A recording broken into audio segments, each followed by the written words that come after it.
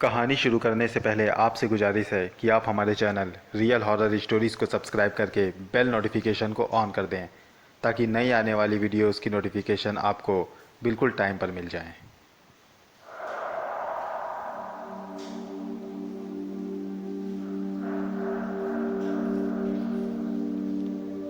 जमशेद अपनी कामयाबी पर बहुत खुश था।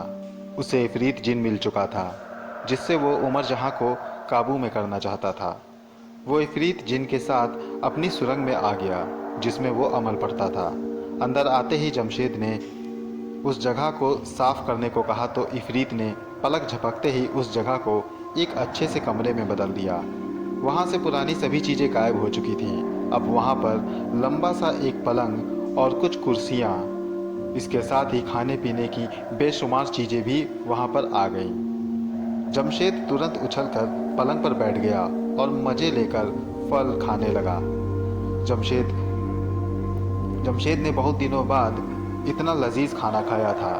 अच्छे से खाने के बाद इफरीत ने पानी के गिलास में पानी दिया जिसे पीकर उसने चैन की सांस ली।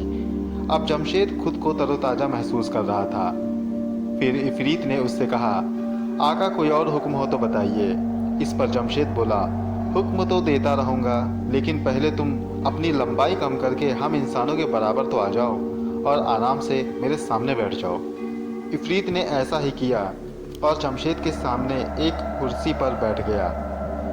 जमशेद ने उसकी ओर देखा और कहा, मैंने तुम्हें पाने के लिए बहुत सी मुश्किलें झेली हैं जिन। इस पर इफरीत जिन बोला, मुझे मालूम है मेरे आका, जब आप अमल करते थे तब तमाम जिन्नातों के साथ मैं भी अपने कबीले को साथ में लेकर आपके अमल को तोड़ने के लिए आया करता था। इफरीत की बात सुनकर जमशेद जोर से हंसने लगा। फिर कहने लगा, मैंने अपनी ज़िंदगी में तमाम भूत प्रेत, चुड़ैल, डायन, यक्ष और न जाने कितने तरह की मखलूक़ें देखी लेकिन कभी किसी जिन से मेरा सामना नहीं हुआ। लेकिन आज मेरे सामने एक जिन बैठा है तो मुझे अपनी आंखों पर यकीन नहीं आ रहा है। इस वक्त तुम बिल्कुल इंसानों की तरह ही लग रहे हो। इस पर वो जिन बोला, हम सभी जिन्नातों में अलग अलग किस्में होती हैं और मुख्तलिफ शक्लें भी। कुछ लोगों की शक्लें इंसानों जैसी होती हैं और कुछ लोगों की शक्लें बहुत भयानक। जमशेद ने कहा, हाँ मैंने सुना था।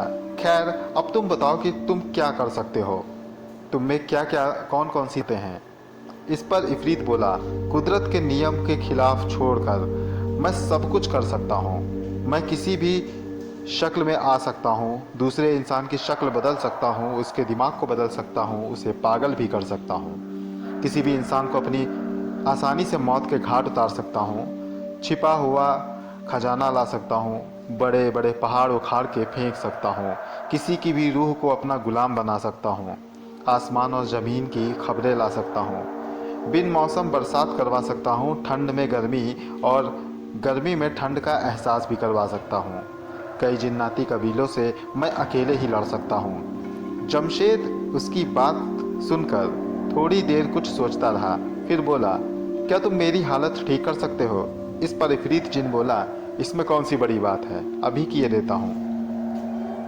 इतना कहकर उसने अपना हाथ हवा में लहराया और जमशेद के ऊपर दम किया। फिर उसने कहा, अब देखिए मेरे आका। जमशेद ने अपने आप को देखा। वो अब पहले की तरह ही बिल्कुल सही सलामत था। उसका जला हुआ शरीर ठीक होकर पहले की तरह तरोताज़ा हो गया था। ये देखकर जमशेद को काफ़ी खुशी हुई और वो खुशी से चिल्लाने लगा। खुशी से वो पागल सा हो रहा था। कुछ देर खुशी मनाते रहने के बाद उसने खुद को संभाला और जिन की ओर मुखातिब होकर बोला, आए मेरे इफरीत जिन, इसमें कोई शक नहीं कि तू पुरस्कार ताकतों का मालिक है। तुम्हारे लिए कोई भी काम नामुमकिन नहीं है, इसीलिए मैंने तुम्हें अपने एक काम के लिए चुना है। मुझे यकीन है कि तुम मेरा काम आसानी से कर सकते हो।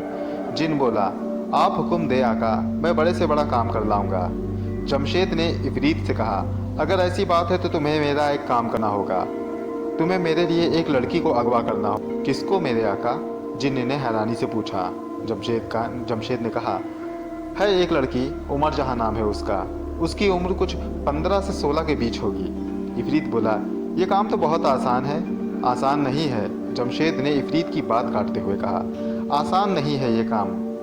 अगर ये काम आसान होता तो मैं किसी भी प्रेत से करवा लेता, लेकिन ये काम आसान नहीं है, क्योंकि वो कोई साधारण लड़की नहीं बल्कि वो भी एक इफरीत जिन है। इस पर जिन ने जमशेद से कहा, मैं आपका कोई भी काम कर सकता हूँ मेरे आका, और ये काम भी कर दूंगा, लेकिन मेरा एक सवाल है आपसे। जमशेद ने कहा, क्या? इस पर जिन ने बोला, मैं खुद एक इफरीत जिन हूँ और अब आपका गुलाम भी, तो फिर आप उस लड़की को क्यों अगवा करना चाहते हैं? इस पर जमशेद ने कहा, क्योंकि वो जिन्नाती ताकतों के साथ साथ और भी रहस्यमय ताकतों की सलाहियत रखती है। वो आम जिन्नात वो ताकतें नहीं रखते हैं। ये आपको कैसे पता? जिन्न ने हैरानी से पूछा। तो जमशेद ने जवाब दिया, मेरे दो दोस्तों ने मेरे पास आकर उमर जहाँ को अपने काबू में करवाने के लिए कहा था। मैंने अपने मंत्रों से न जाने कितने अमल उन लोगों को बताए, लेकिन सारे अमल बेकार हो गए। उमर जहाँ उनके काबू में नहीं आई।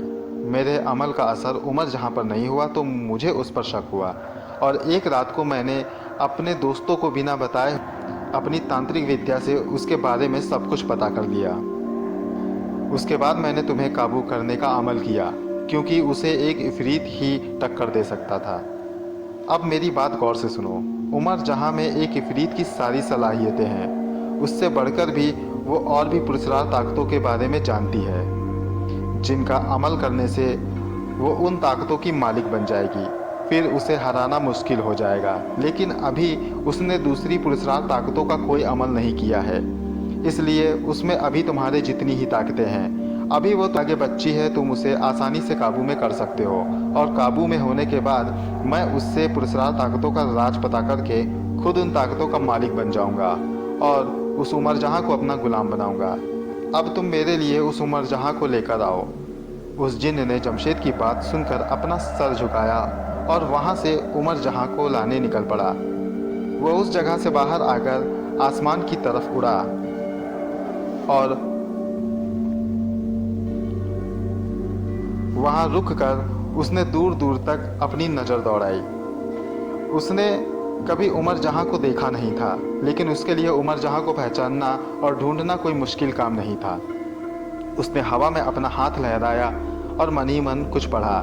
कुछ ही देर में न जाने कहाँ से हजारों की तादाद में मधुमक्खियाँ आ गईं। वो उस जिन्न के चारों ओर चक्कर लगाने लगी। इफरीती जिन्न ने उन मधुमक्खियों को ध्यान से देखा, फिर अचानक से वे सारी मधुमक्खियाँ वहाँ से निकलकर दूर तक उड़ने लगी। इफरीत जिन्न भी उनके पीछे लगा रहा। कुछ दूर जाकर वे सारी मधुमक्खियाँ एक गांव में उतरने लगी और इधर उधर घूमते हुए वे सब एक मकान के बाहर गोल दायरा बनाकर चक्कर लगाने लगी। काफ़ी देर तक ये अमल करते रहने के बाद सारी मधुमक्खियाँ उस घर के पीछे की दीवार में चिपक गईं। ये घर अनवर अली का था। इफरीत जिन्न समझ चुका था कि उमर जहाँ यही है। वो कुछ देर घर के बाहर ही खड़ा रहा।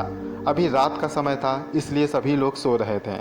इफरीत बिना देर किए आगे बढ़ने लगा और अनवर के घर में दाखिल हो गया। उसने बारी बारी से सभी के कमरों को झांका। जब वो उमर जहाँ के कमरे के बाहर गया तो उसने देखा कि अंदर 4 लड़कियां सो रही हैं। इफरीत जिन्न उनमें से उमर जहाँ को पहचान नहीं पा रहा था। उमर जहाँ को पहचानने के लिए उसने एक चाल चली। उसने खुद के वजूद को गायब किया और एक पुरस्कार आवाज़ लगाकर उमर जहाँ का नाम पुकारने लगा। इस आवाज़ को साधारण इंसान नहीं सुन सकता था। इसे सिर्फ कोई गैबी मखलूक ही सुन सकती थी या फिर कोई जिन्न, और हुआ भी यही। इस आवाज़ को सुनकर उमर जहाँ तुरंत उठकर बैठ गई और इधर उधर देखने लगी। उसे कुछ समझ न आया। इफरीत जिन्न ने उमर जहाँ को जैसे देखा वैसे ही उसे याद आया कि ये वही जिन्न है जो जमशेद का अमल तोड़ने के लिए सभी जिन्नातों के साथ कोशिशें करती थी। इफरीत उमर जहाँ को बिना देर किए हुए अपने साथ ले जाना चाहता था, इसलिए उसने एक बार फिर उमर जहाँ को आवाज़ लगाई। इस बार उमर जहाँ बिस्तर से उठकर कमरे से बाहर आई। उसने चारों ओर नजरें दौड़ाई, लेकिन कोई दिखाई नहीं दिया। लेकिन इस बार उसे कुछ अजीब लग रहा था। उसे घर के आंगन में कुछ आहट सुनाई दी, तो वो फौरन वहाँ चली गई। वहां जाकर उसने देखा कि एक भयानक सा आदमी काले लिबास में वहां खड़ा था और उसने अपने कंधों पर अनवर अली को लाद रखा था। उसने उमर जहां को जैसे देखा वैसे ही तुरंत वो फिजाओं में बुलंद होकर भागने लगा। उमर जहां बिना देर किए उसका पीछा करने लगी। वो आग का गोला बनकर फिजाओं में बुलंद हुई और इफरीत जिन के पीछे लग ली। पीछा करते हुए उमर जहां ने उसे आवाज़ लगाई और रुकने को कहा, लेकिन वो इफरीत उमर जहां की बात अनसुनी करके भागता ही जा रहा था। वो भागते भागते जमशेद के अड्डे के पास आ गया और बीच जंगल में उतर गया। उमर जहां भी उसके पीछे आ गई। वो जैसे ही ज़मीन पर उतरी उसने देखा कि उस इफरीत के पास जो अनवर अली थे वो धुआं बनकर गायब हो गए। वो इफरीत उमर जहां को देखकर ठहाके लगाकर हंसने लगा। उमर जहां समझ गई कि वो किसी साजिश का शिकार हुई है। उमर जहां ने इफरीत को ध्यान से देखा तो उसे पहचान गई कि ये इफरीत जिन्नों में से है जिसे उसने जमशेद का अमल तोड़ने की कोशिश करते वक्त देखा था। इफरीत ने गुर्राते हुए कहा, तुम हमारे जाल में फंस चुकी हो लड़की।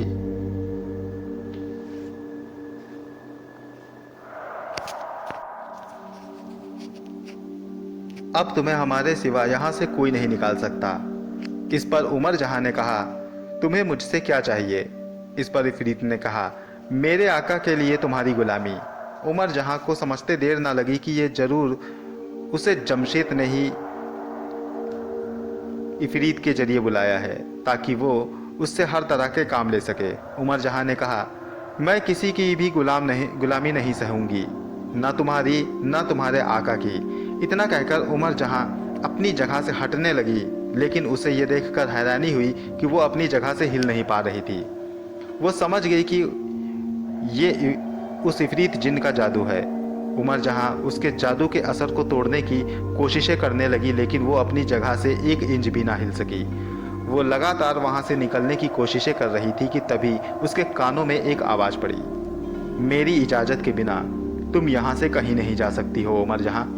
उमर जहां ने देखा कि वहां जमशेद आ चुका है। वो अपनी शैतानी मुस्कुराहट लिए उमर जहां के पास आकर बोला, यहाँ अब मेरी हुकूमत चलती है। अगर तुम्हें यहाँ से निकलना है तो तुमको मेरे आगे झुकना होगा, मेरी गुलामी कबूल करनी होगी। उमर जहां बोली, कभी नहीं।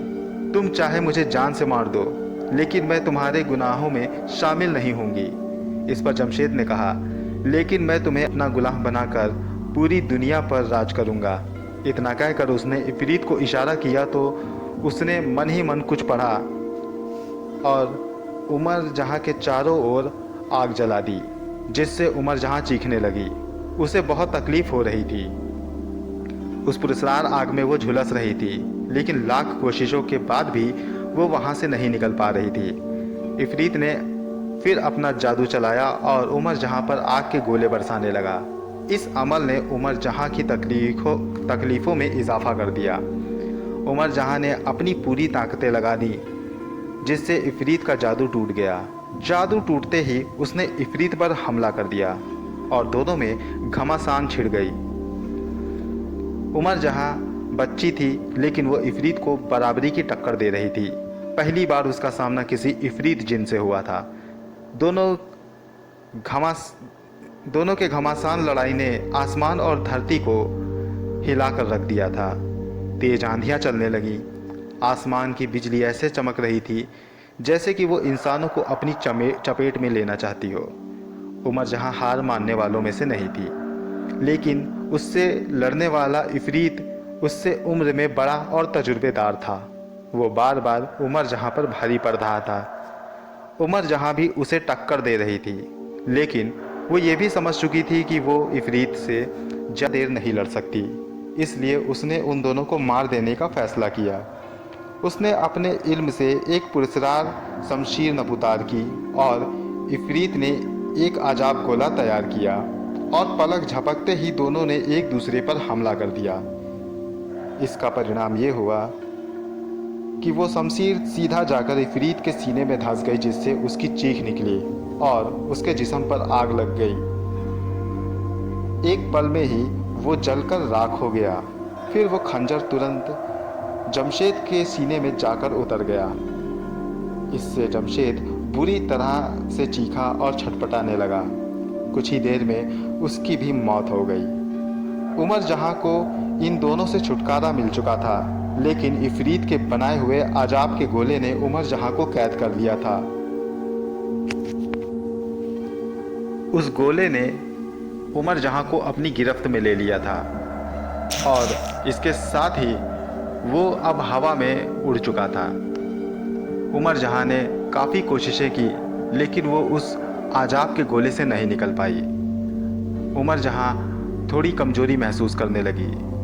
धीरे धीरे वो अपने होश खोने लगी और उसी आजाब के गोले में ही वो बेहोश हो गई। वो आजाब का गोला उस जगह से उड़ते हुए काफ़ी दूर तक चला गया। फिर वो धीरे धीरे ज़मीन पर आने लगा। ज़मीन पर आते आते वो आजाब का गोला एक बरगद के पेड़ के अंदर समा गया, जिसके साथ उमर जहां भी उसी पेड़ के अंदर समा गई। दोस्तों, ये कहानी जारी है। इस कहानी का अगला भाग मैं जल्द आपके पास लेकर आऊँगा। कहानी आपको कैसी लग रही है हमें कमेंट बॉक्स में लिखकर ज़रूर बताएं। चैनल को सब्सक्राइब करें और लाइक भी करें। मिलता हूँ अगली बार इसी कहानी के अगले भाग के साथ। तब तक के लिए गुड बाय।